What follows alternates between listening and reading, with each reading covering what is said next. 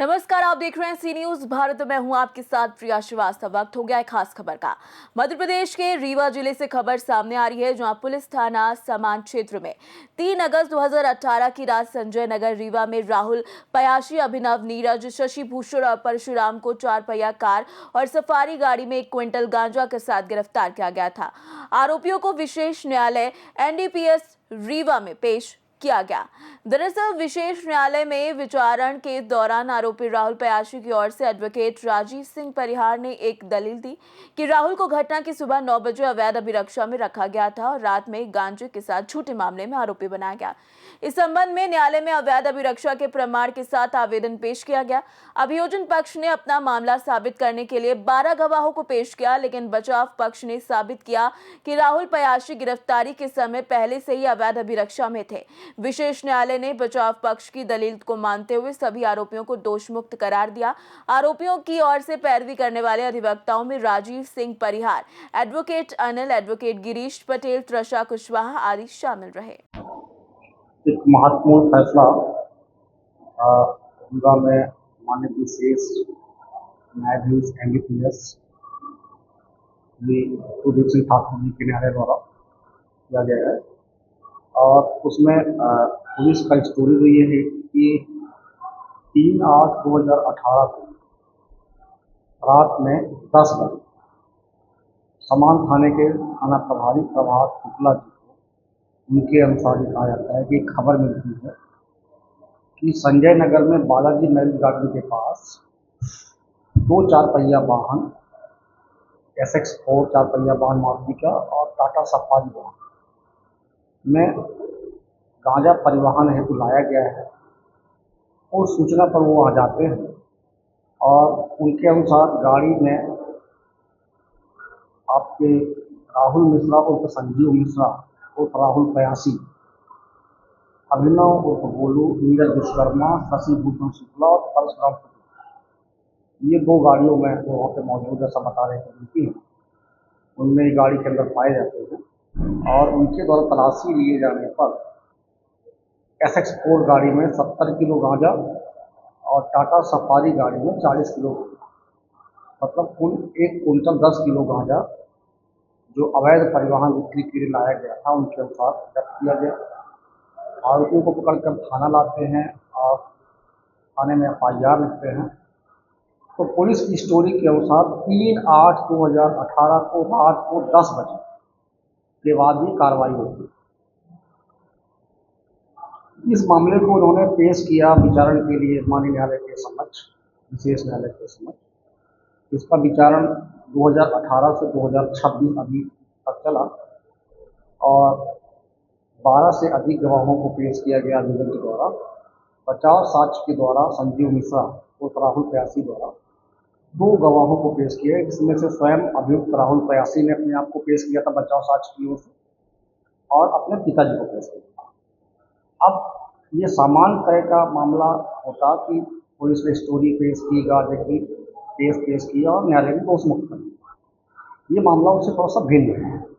अब इसको समझेंगे ऐसे कि 3/8/18 को पुलिस के अनुसार 10 बजे कार्रवाई होती है शुरू रात में, और 10 बजे के पश्चात राहुल मिश्रा को बाकी लोगों के साथ पकड़ा जाता है।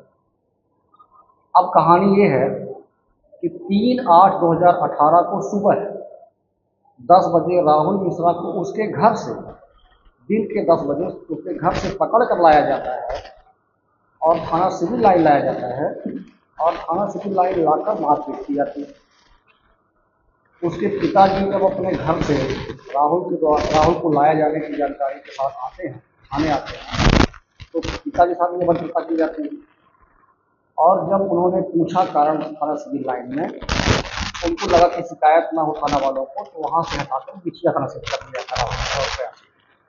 3/8 को दिन की बात है।